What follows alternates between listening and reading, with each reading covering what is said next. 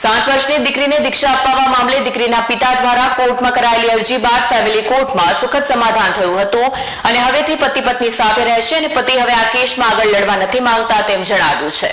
સુરત શહેરમાં 7 વર્ષની દીકરીને દીક્ષા આપવા મામલે મહત્વનો નિર્ણય આવ્યો છે। દીકરીના પિતા દ્વારા કોર્ટમાં અરજી કરી હતી। દીકરીની માતા દ્વારા દીકરીને દીક્ષા હમણાં ન આપવા બાબતે એફિડેવિટ કરાઈ હતી, જેને લઈ આજે સુરત ફેમિલી કોર્ટમાં બંને પક્ષના વકીલો એકબીજા સાથે રહ્યા અને ફેમિલી કોર્ટમાં સુખદ સમાધાનનો નિર્ણય આવ્યો।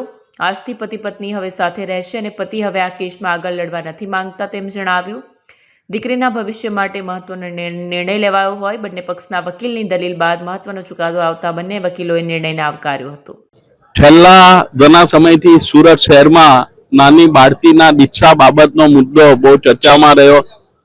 એ બાબતે નામદાર કોર્ટ રૂબરૂ પ્રોસિડિંગ્સ પણ થયા, મીડિયામાં પણ ઘણી આ બાબતે હકીકતો આપવામાં આવી, પરંતુ જ્યારથી ફેમિલી કોર્ટનો સમન્સ મને મળ્યો ત્યારથી હું એક માતાના વકીલ તરીકે પહેલેથી એ અભિપ્રાય ધરાવતો હતો કે આમાં સમાધાન થાય, બાળકીના માતા અને બાળકીના પિતા સાથે રહેતા થઈ જાય, બાળકીનું ભવિષ્ય સચવાઈ જાય। દીક્ષા જુદો ઇસ્યુ છે, પરંતુ પતિ પત્ની સાથે રહેતા થઈ જાય, એક નાનું બીજું બાળક પણ છે, એનું પણ ભવિષ્ય સચવાઈ જાય।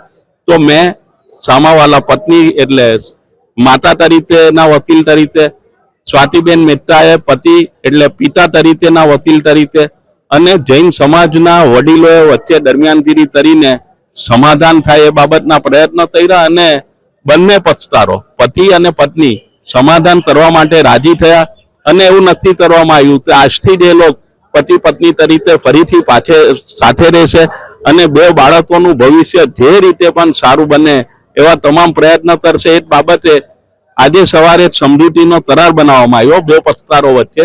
સમજૂતીના કરારને આજે નામદાર કોર્ટ રૂબરૂ રજૂ રાખવામાં આવ્યો।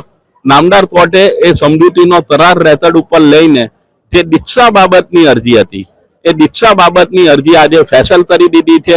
એટલે હવે દીક્ષા સંદર્ભે કોઈ હુકમ ભવિષ્યમાં થશે નહીં અને અરજદારે જે વાલી નિયુક્ત થવાને કબજો મેળવવા માટેની જે બીજી લાટ છે એમની એ અરજી પણ 6/1/2025 રોજ પરત ખેંચી લેશે એવી નામદાર કોર્ટને બાંહેધરી આપી છે। તો એ આજે દીક્ષાથી ઉભો થયેલો પ્રશ્ન સુખદ સમાધાનથી નિરાકરણ આવેલ છે। તો જે પણ આ સમાધાનમાં પ્રયત્ન જેને કર્યો છે તમામનો હું સામાવાલા માતાના વકીલ તરીકે તમામનો આભાર માનું છું।